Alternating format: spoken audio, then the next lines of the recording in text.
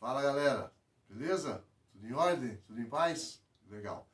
Aula passada falamos sobre a primeira lei de Newton, né? Na nossa segunda aula da dinâmica, né? A gente vai hoje falar sobre a terceira aula e vamos falar sobre a segunda lei de Newton. Então, relembrando, primeira lei de Newton, princípio da inércia. Todo corpo que está em repouso tem a tendência de permanecer em repouso.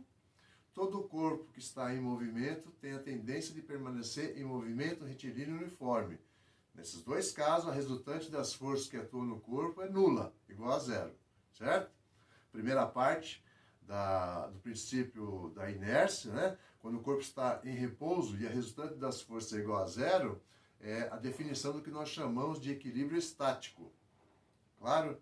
E na segunda parte da primeira lei, quando o corpo está em movimento e a resultante das forças que atuam sobre ele é igual a zero, nós temos o chamado equilíbrio dinâmico, ok? E agora vamos falar da segunda lei de Newton, princípio fundamental da dinâmica. É um princípio muito utilizado na física, mas é muito utilizado mesmo, tá? Então o que diz o princípio fundamental da dinâmica? Diz que a resultante das forças que atuam no corpo é igual ao produto da massa desse corpo pela aceleração adquirida por ele. Lembrando que a massa é a medida numérica da inércia do corpo, né? Lembra, né? Então nós temos aqui, ó, a resultante das forças que atuam no corpo. Eu posso ter uma força só, mas eu posso ter mais que uma força. Então a resultante dessas forças que atuam no corpo é igual ao produto da massa, que é a medida da inércia do corpo, multiplicado pela aceleração adquirida por ele. Lembrando que força é uma grandeza vetorial, a aceleração também é uma grandeza vetorial, e direção e sentido da força está relacionado com a aceleração. É a mesma da aceleração, ok? Então o que nós temos aqui? Dois exemplos aqui para a gente simplificar. Um corpo de uma massa menor, uma massa que eu chamei de mzinho, tá? É aplicado sobre ele uma força resultante. E eu tenho um corpo maior, tem uma massa maior, e eu aplico a mesma força nesse corpo. Duas forças iguais aplicadas a dois corpos diferentes. Qual desses dois corpos vai ter a sua maior aceleração? Então aqui, ó, nós já separamos a aceleração, né? Passamos a massa dividindo a força. Então eu tenho aqui, ó, que a 1, que é a aceleração do corpo de menor massa, vai ser igual a força resultante dividido pela massa dele. Ok? E aqui nós temos o A2, que é a aceleração do segundo corpo, que possui uma massa maior. Lembrando que essa força aplicada aqui é a mesma que foi aplicada no corpo de massa menor. O que vai acontecer? Eu vou ter uma segunda aceleração, que vai ser a divisão da força aplicada pela massa dele. Esse, como a massa é maior, então eu vou dividir o mesmo valor de força por uma massa maior, então eu vou ter uma aceleração menor. Ok? Ou seja, quando a minha massa M é maior que a massa Mzinho, a aceleração adquirida pelo corpo de massa menor vai ser maior que a aceleração do corpo de massa maior, tá? Lembrando que a massa é a medida numérica da inércia. Então, quanto maior a massa, aplicando a mesma força, tem uma aceleração menor. Legal? Então, só para a gente relembrar, né? Então, a unidade de força no sistema internacional é o Newton, tá? Pode aparecer, né? É comum em alguns exercícios aparecer o quilograma-força, né? O que é o quilograma-força? É uma unidade de força, tá? Aonde eu vou relacionar 1 quilograma, por exemplo, num local onde a aceleração é 9,8 metros por segundo ao quadrado. Então, a minha unidade de quilograma-força, que é a unidade de força, né? Para um corpo que tem 1 kg, no local onde a aceleração é 9,8, eu vou ter 1 kg-força. Ok? É multiplicar a massa pela aceleração gravitacional. Né? Ou melhor, fazer uma relação, né, da massa com a aceleração gravitacional, aonde ela é 9,8. E aí a gente consegue fazer uma relação entre o Newton, né, que é o cálculo da força Pegando massa vezes aceleração e poder relacionar com o quilograma-força. Então, se eu pego um corpo de massa 1 kg, né, no lugar onde a aceleração é 9,8, e eu utilizo a minha fórmula da segunda lei de Newton, então é 1 kg vezes 9,8, então eu tenho uma força de 9,8 Newton, ok? Tá? E se eu falar em quilograma-força, esse corpo de 1 kg, nesse mesmo local, ele vai ter uma força de 1 kg-força. Então a relação é direta. Ó. 1 kgf, né? 1 kg-força é aproximadamente 9,8 Newton. Então, se houver necessidade de transformar de uma unidade para outra, eu posso montar uma regrinha de 3, simples, né? Onde 1 kgf é igual a 9,8 Newton. Ficou claro? A gente vai fazer isso aí nos exercícios mais à frente. E relembrando, então, agora e complementando a questão do equilíbrio, nós vimos na aula passada que o equilíbrio estático, que é aquela primeira parte lá do princípio da inércia, ele requer, né, a resultante das forças igual a zero e o corpo estar parado. Equilíbrio estático, resultante das forças igual a zero e o corpo está em repouso, parado. E aí nós temos 3 tipos de equilíbrio. O chamado equilíbrio estável, o instável e o indiferente. Como é que funciona isso? Simples, tá? Simples, ó. Eu tenho um local onde eu tenho aqui essa curvatura aqui, e eu coloco um objeto ali, uma bolinha ali, e se eu empurrar essa bolinha, ela vai subir, vai descer, vai voltar e vai parar exatamente na posição que estava antes. Então, esse é o chamado equilíbrio estável. Você pode mexer na bolinha, ela vai se movimentar, mas vai parar exatamente onde estava antes. Equilíbrio estável, tá? O equilíbrio instável é aquele que você pega a bolinha, você coloca ela lá em cima, com cuidado, ela permanece parada lá. Então, ela vai permanecer em equilíbrio estático. Só que se por algum motivo você vier e der um toque nessa bolinha, ou para a direita ou para a esquerda, o que vai acontecer com ela? Ela vai sair do equilíbrio, vai entrar em movimento. Então, esse é o equilíbrio instável, tá? E o equilíbrio indiferente, né? Ela está no nível do solo, se você empurrar ela, ela vai andar um pouco, vai parar, né? Se você empurrar para cá, ela vem, anda um pouco e para, então ela vai permanecer sempre aonde? No nível do solo. Esse é o chamado equilíbrio indiferente.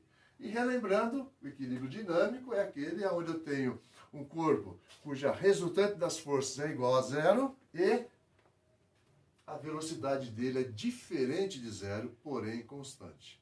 Então a gente tem aqui o chamado movimento retilíneo uniforme. Legal? Eu vou apagar a lousa aqui e vou trazer um exercício para a gente resolver agora aplicando isso aí. Ok? Vamos lá então? Olha lá. Um bloco com 50 kg encontra-se em repouso sobre uma superfície horizontal perfeitamente lisa.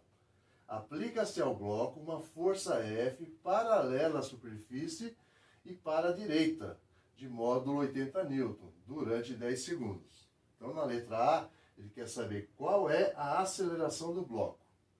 Na letra B, qual será a velocidade do bloco após 10 segundos de atuação dessa força. E na letra C, quer saber se após os 10 segundos a força é retirada, o que acontecerá com a velocidade do bloco. Tá? Então vamos por partes. Primeiramente, nós temos aqui o bloco. Ele está numa superfície horizontal, perfeitamente lisa, então não tem força de atrito, tá? Essa força é paralela ao deslocamento e atua para a direita. Então essa força vai ser a nossa força resultante, tá? Só tem ela, tá? Tudo bem? Então vamos lá, item A.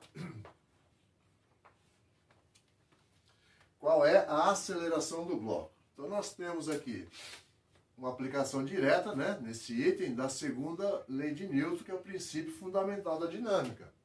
A força que atua no corpo, a força resultante, é igual ao produto da massa pela aceleração adquirida por esse corpo. Então, o que nós temos aqui? Nós temos a massa de 50 kg, tá? É liso, né? Perfeitamente liso, a superfície não tem atrito. E nós temos aqui a força de 80 N. Então, nós vamos substituir aqui, né, nessa equação, a força de 80 N, que é igual à massa do corpo, que é 50 kg, multiplicado pela aceleração, tá? Pela aceleração. Então, nós teremos que, posso simplificar aqui, né? Vai ficar 8 e aqui 5. Então, 8 dividido por 5 vai ser igual à aceleração. Então, a nossa aceleração aqui, 8 dividido por 5, vai dar 1,6 metros por segundo ao quadrado. Então, essa é a nossa aceleração para esse caso aqui, no item A. 1,6 metros por segundo ao quadrado. Tranquilo, né? Vamos para a letra B? Na letra B está querendo dizer, querendo que a gente calcule, né, qual será a velocidade do bloco após 10 segundos. Lembrando que esse bloco começou no repouso. No início a velocidade era 0, estava em repouso, tá? Essa força atuou durante 10 segundos. Durante 10 segundos ela atuou, né, provocando essa aceleração de 1,6 metros por segundo ao quadrado. Então, a gente pode trabalhar aqui com a equação da velocidade do movimento uniformemente variado ou com a equação da aceleração também, fazendo ΔV sobre ΔT, ok? Eu vou pegar aqui a equação da velocidade. Lembrando que a velocidade final é igual à inicial mais a aceleração vezes o tempo. Ele quer que a gente calcule a velocidade final, né? Ele deu a inicial, ele quer que a gente calcule a velocidade final. Certo? Qual será a velocidade do bloco após 10 segundos? Certo? Então, velocidade final é o que eu quero calcular. A velocidade inicial é 0. A aceleração é 1,6. E o tempo que a força atua, 10 segundos. Tranquilo até aí? Então, vai ficar, velocidade final vai ser igual a 0, né? 1,6 vezes 10, 16 metros por segundo é a velocidade após 10 segundos. Então, a letra C. Se após 10 segundos a força é retirada, o que acontece com a velocidade do bloco? Veja bem, se a força resultante é 80 e a gente retira essa força, então aí a força resultante que vai atuar no corpo agora, ela é 0, é nula, certo? Força nula, ele tem velocidade de 16 metros por segundo, né? Foi calculado no item B. A partir desse momento, se a resultante é igual a 0, eu estou aqui novamente diante de uma condição de equilíbrio, né? Que é o equilíbrio dinâmico. Lembra, né? Equilíbrio dinâmico. Se o corpo fica em equilíbrio dinâmico, o que vai acontecer? Ele vai seguir em movimento retilíneo uniforme de velocidade 16 metros por segundo. Legal? Tranquilo? Precisa refazer esses exercícios, né, para a gente ir se apropriando aí do linguajar, né, e conseguir trabalhar com mais facilidade os exercícios. Legal? A gente vai se ver nas próximas aulas. Não esqueça, estudar sempre vale a pena. Invista em você.